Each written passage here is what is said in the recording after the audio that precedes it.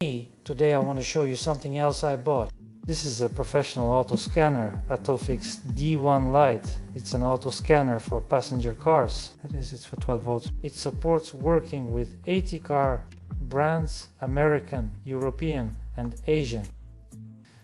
So, it comes in this kind of factory case. Let's open it up and check what's included. Inside we see the device itself, a tablet in a shockproof case like this. Our package includes this kind of module which is inserted into the car.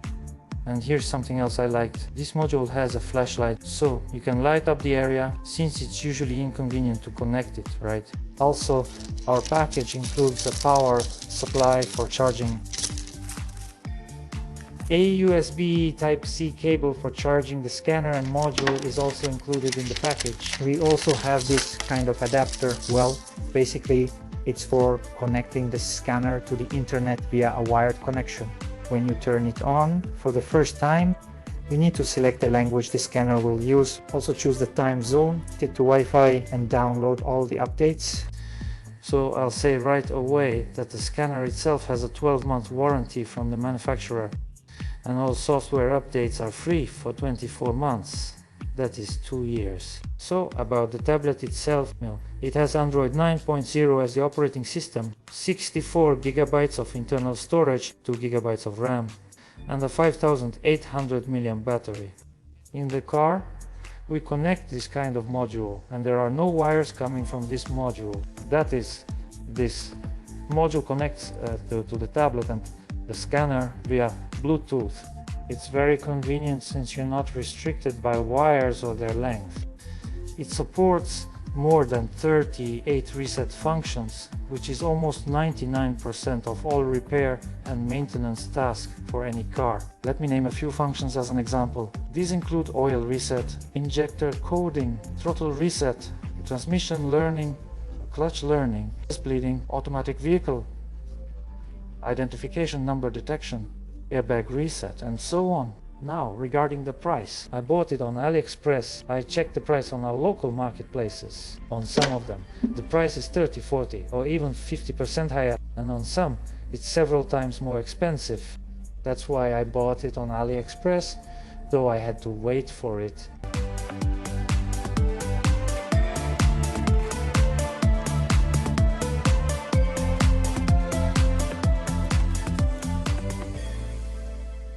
Hello everyone, this is the engine channel. Today we'll start working with this engine.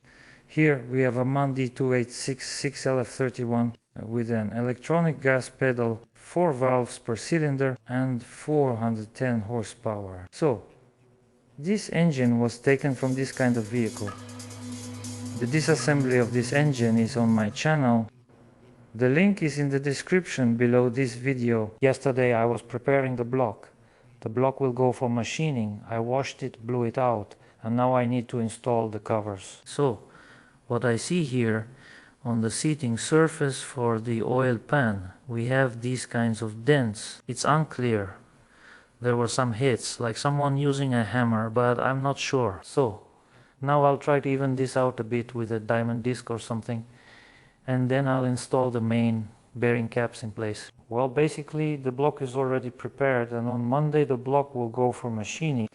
Today is Saturday, so I still have Saturday and Sunday to get everything ready. Also today I need to prepare the cylinder heads, meaning I have to disassemble them, remove the springs, take out the valves, wash them and blow them out. Alright, so that's our workload for today. Let's get started.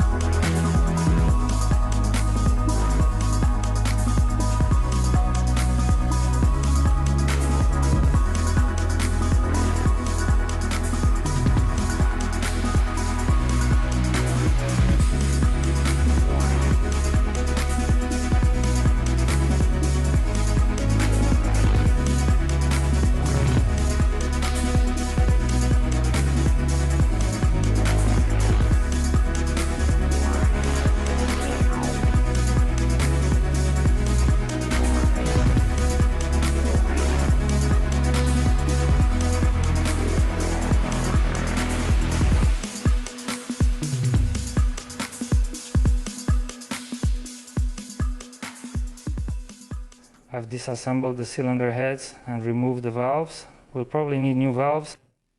There's this kind of wear. If we try to fix this wear, the valve wall will end up too thin. Also, for example, there are these kinds of pits. So what's my task now? I wash, blow out, and clean the heads, then put everything on the tray.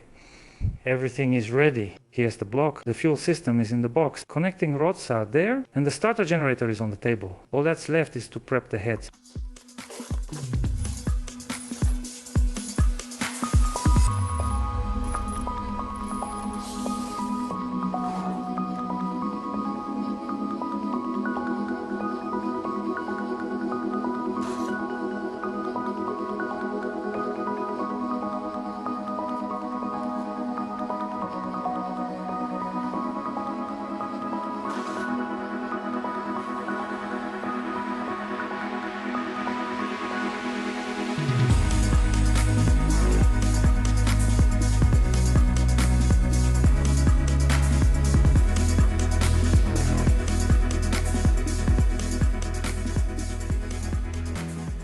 Alright, everything is ready for the machining work. The block, connecting rod, starter, generator, fuel system and the heads. I put everything on the pallet. Tomorrow morning the forklift will come in and load all of this into the Gazelle's bed. We'll deliver all of this.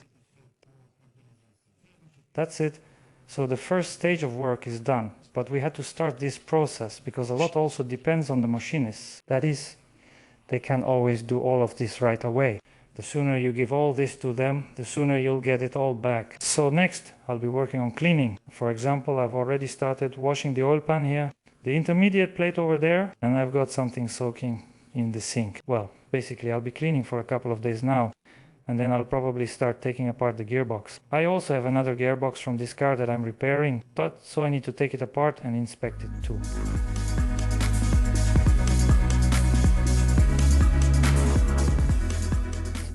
So what have we already done? The engine block has been machined, but everything is standard. The seating for the main bearings, the GBC alignment, and the seating for the sleeves. The block has come back from machining. I washed it again, but first I unscrewed all the plugs from the oil channels. The plugs and fittings.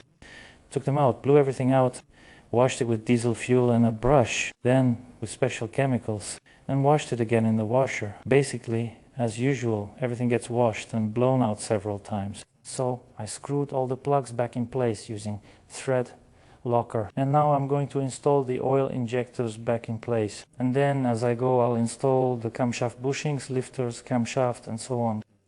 I've already got some things prepared here. For example, the oil injectors are already washed, blown out, and cleaned. These are the main bearing caps I've got ready. I knocked out the old bushings here. I'll show you. If I can find it, some of the bushings have this defect.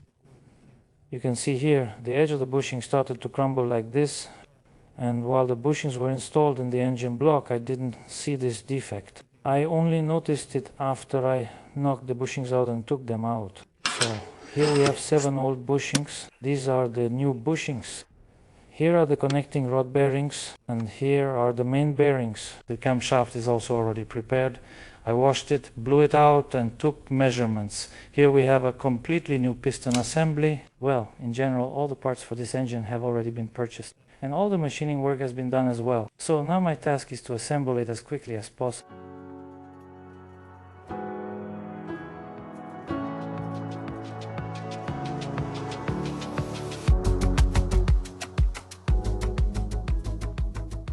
So the injector is installed using guides. You can see there are 2 pressed-in balls inside the injector itself, and in the block, on the mating part, there are also 2 recesses. This is needed to install the injector in the correct position, so that the notch on the piston lines up exactly with the injector. There are cases when the injector shifts, especially during tightening, so you need to watch out for that. Sometimes when tightening, the bolt pulls the injector along with it, and then if you don't check how the piston goes in, the piston skirt might hit it and break it. So cases like this happen quite often.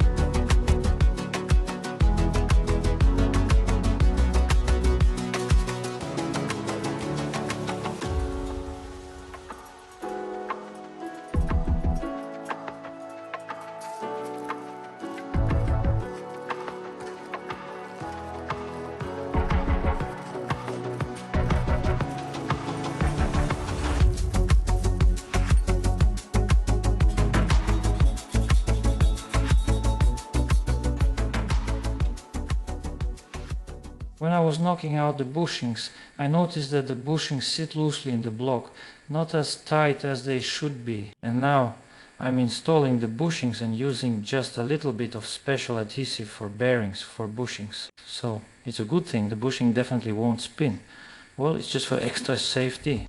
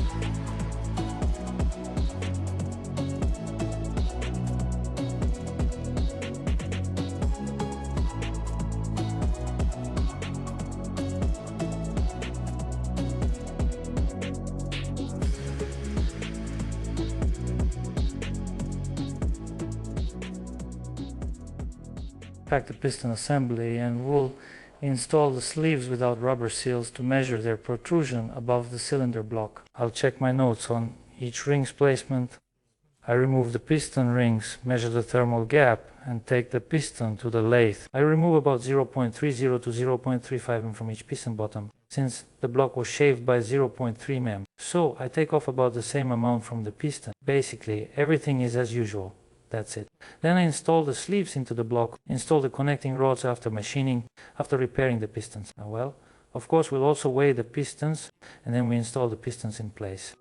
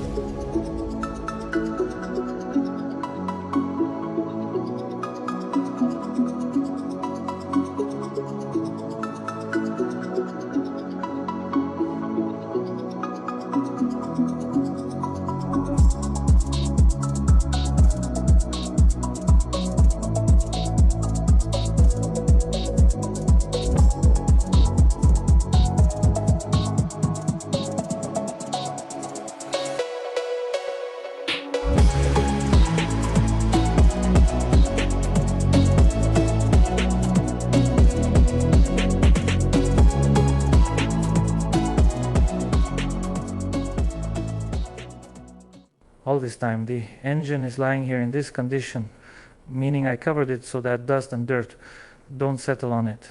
So I need to install the cylinder heads on the engine, but the heads aren't ready yet. I still need to lap the valves and maybe do a pressure test.